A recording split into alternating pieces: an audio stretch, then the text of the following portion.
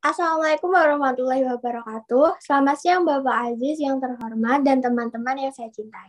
Saya Herini Wahyu Asri sebagai perwakilan dari kelompok 1 yang berkesempatan untuk menyampaikan materi dengan tema perkembangan karakter menggunakan teori behavioristik. Sebelum kita melanjutkan pembahasan, izinkan saya untuk memperkenalkan anggota dari kelompok 1. Yang pertama yaitu saya sendiri, Herini Wahyu Asri, NIM 15114211011. Lalu Dewi Sinta Monalisa NIM 15114200003. Hidayati Anissa NIM 15114211003. Ataya Rana Rizk NIM 15114211004. Lindawati 15114211006. Endriani Astuti NIM 15114211012. Haifa Fatiyah NIM 15114211020. Lydia Nur Mufidah NIM 15114211024. Dan Fadila Ayu Putri NIM 15114211029. Di sini kita akan membahas mengenai perkembangan karakter menggunakan teori behavioristik, yaitu yang isinya mengenai definisi, aplikasi teori behavioristik, ciri-ciri dari teori behavioristik, kaitannya dengan pengembangan karakter, tujuan teori behavioristik, dan tahap-tahap perkembangan behavioristik. Di sini saya persilahkan kepada anggota kelompok saya untuk memaparkan terkait teori behavioristik dalam perkembangan karakter. Baik, di sini saya akan menjelaskan tentang definisi behaviorisme. Behaviorisme merupakan aliran pemikiran psikologi yang fokus pada perilaku dan menekankan pada bagaimana peran stimulus-stimulus yang ada di luar diri manusia membentuk perilaku melalui proses belajar. Inti utama dari behaviorisme adalah bahwa organisme mempelajari adaptasi perilaku dan pembelajaran yang dikendalikan oleh prinsip-prinsip asosiasi. Selanjutnya, behaviorisme menurut John B. Watson. Behaviorisme adalah aliran dalam psikologi yang percaya bahwa sebenarnya perilaku manusia dan kepribadian yang terbentuk berasal dari pengalaman yang ditimbulkan dari lingkungan. Watson juga mengembangkan aliran behaviorisme dengan menyelami beberapa bidang penting dalam psikologi seperti insting, proses belajar, memori, emosi, proses berpikir dan berbicara, serta kepribadian manusia. Menurut teori behaviorisme, perilaku, kebiasaan, dan kepribadian kita itu terbentuk dari pengalaman kita dengan lingkungannya. Behaviorisme merupakan aliran yang revolusioner, kuat, dan berpengaruh serta memiliki akar sejarah yang cukup dalam. Behaviorisme lahir sebagai reaksi terhadap introspeksionisme dan juga psikoanalisis. Behaviorisme atau aliran perilaku adalah aliran filosofi dalam psikologi yang berdasar pada proposisi bahwa semua yang termasuk tindakan, pikiran, atau perasaan dapat dan harus dianggap sebagai perilaku. Baik, materi selanjutnya akan dibacakan oleh rekan saya.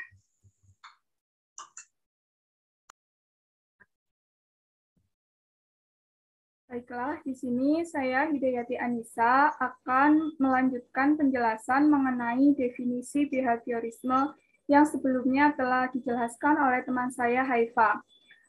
Yang pertama yaitu definisi behaviorisme menurut Thorndike. Menurut Thorndike, teori behaviorisme dikaitkan dengan belajar adalah proses interaksi antara stimulus atau pikiran, perasaan, dan gerakan, dan respon atau pikiran, perasaan, dan gerakan.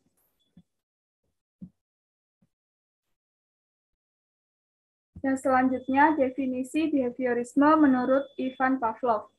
Behaviorisme Ivan Pavlov atau classic conditioning percaya bahwa ternyata individu dapat dikendalikan melalui cara dengan mengganti stimulus alami dengan stimulus yang tepat untuk mendapatkan pengulangan respon yang diinginkan.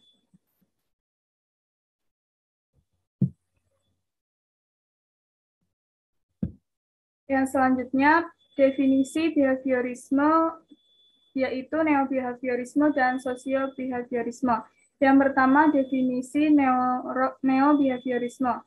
Neo-behaviorisme yaitu aliran yang sudah ada pengaruh logical positivism, pandangan yang sudah mengakui adanya dua jenis sains yaitu sains empiris dan sains rasio. Hernan 2009. Yang selanjutnya, definisi sosio-behaviorisme. Sosio-behaviorisme adalah teori behaviorisme yang meyakini terjadinya interaksi antara perilaku, kognisi, dan lingkungan, serta perilaku manusia bisa diperoleh melalui modeling. Bandura 1966. Aplikasi teori behavioristik. Yang pertama, mementingkan pengaruh lingkungan. Yang kedua, mementingkan bagian-bagian. Yang ketiga, mementingkan peranan reaksi. Yang keempat, mengutamakan mekanisme terbentuknya hasil belajar melalui prosedur stimulus respon. Yang kelima, mementingkan peranan kemampuan yang telah terbentuk sebelumnya. Yang keenam, mementingkan pembentukan kebiasaan melalui latihan dan pengulangan. Yang ketujuh, hasil belajar yang dicapai ialah munculnya perilaku yang diinginkan. Yang kedelapan, menganalisis kemampuan awal dan karakteristik siswa.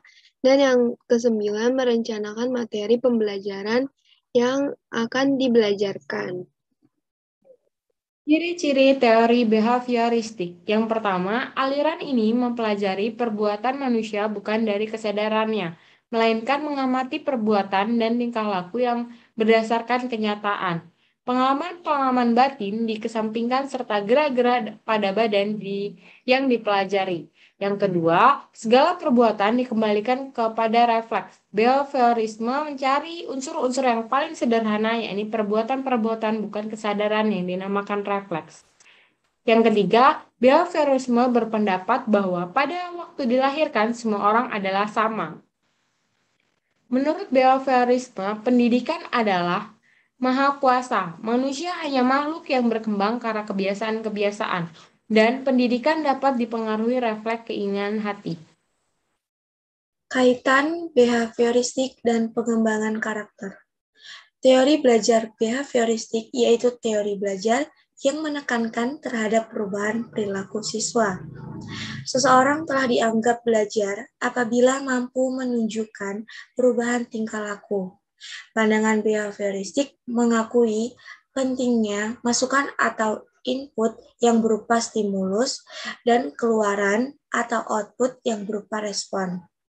Teori belajar behavioristik menekankan kajiannya pada pembentukan tingkah laku yang berdasarkan hubungan antara stimulus dengan respon yang bias diamati dan tidak menghubungkan dengan kesadaran maupun konstruksi mental. Pembelajaran behavioristik meningkatkan mutu pembelajaran jika dikenalkan kembali penerapannya dalam pembelajaran. Berdasarkan komponennya, teori ini relevan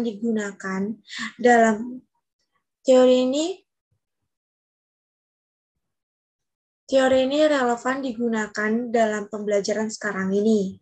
Penerapan teori belajar behavioristik mudah sekali ditemukan di sekolah. Hal ini dikarenakan mudahnya penerapan teori ini untuk meningkatkan kualitas peserta didik di sekolah dan untuk mengembangkan karakter siswa di sekolah.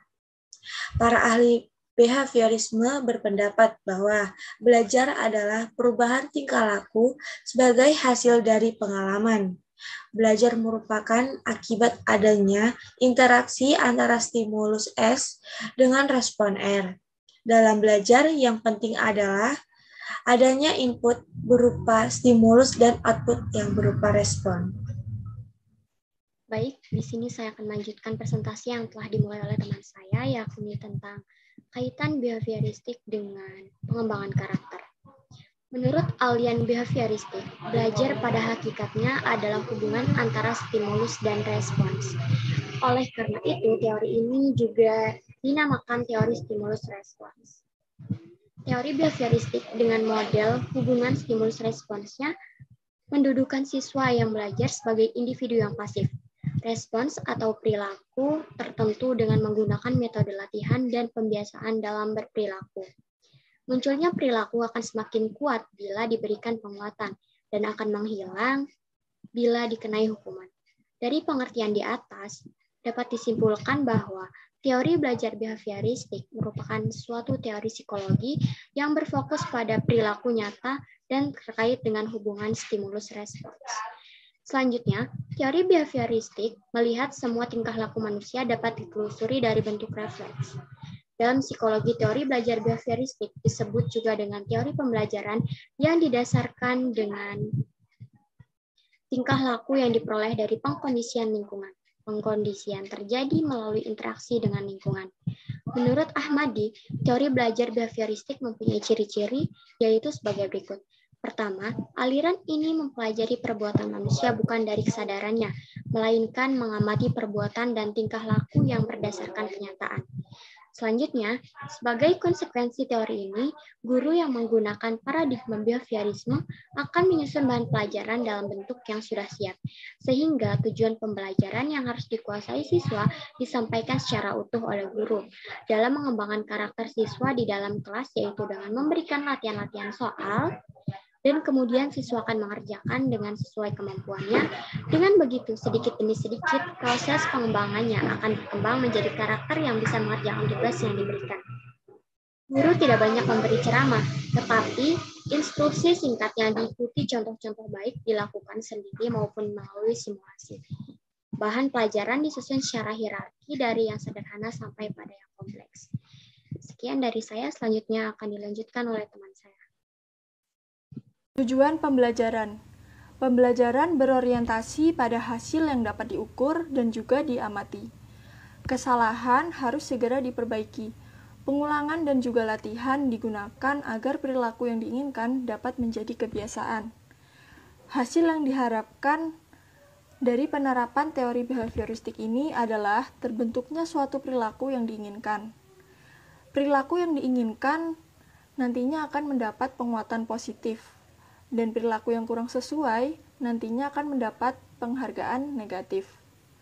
Evaluasi atau penilaian didasari atas perilaku yang tampak. Dan kaitan antara teori behavioristik ini dengan pengembangan karakter sangatlah berpengaruh terhadap siswa di sekolah. Selanjutnya yaitu tahap-tahap perkembangan behavioristik. Penganut aliran lingkungan behavioristik yakin bahwa lingkungan yang optimal mengakibatkan ekspresi faktor keturunan yang maksimal.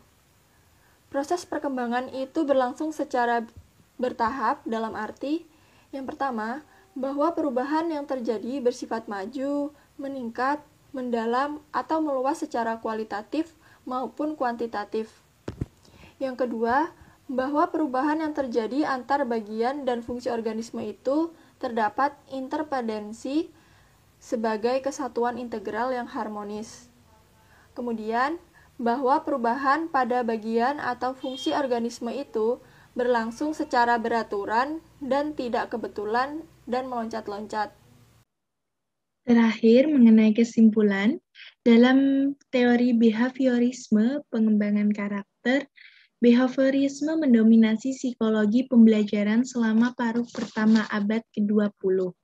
Teori ini menjelaskan pembelajaran dalam kaitannya dengan peristiwa-peristiwa lingkungan. Jadi, teori behaviorisme ini adalah teori yang menekankan pada tingkah laku manusia sebagai akibat dari interaksi dan stimulus dan respon. Jadi intinya, teori behaviorisme ini adalah sebuah teori aliran psikologi yang berfokus pada perilaku manusia dibanding dengan hal-hal lainnya. Demikianlah beberapa hal yang bisa kelompok 1 sampaikan. Sebelumnya, saya perwakilan dari kelompok 1, mohon maaf apabila ada salah pengucapan dalam penyampaian dari materi tersebut. Semoga bermanfaat untuk kita semua. Wabillahi taufiq wal hidayah. Wassalamualaikum warahmatullahi wabarakatuh.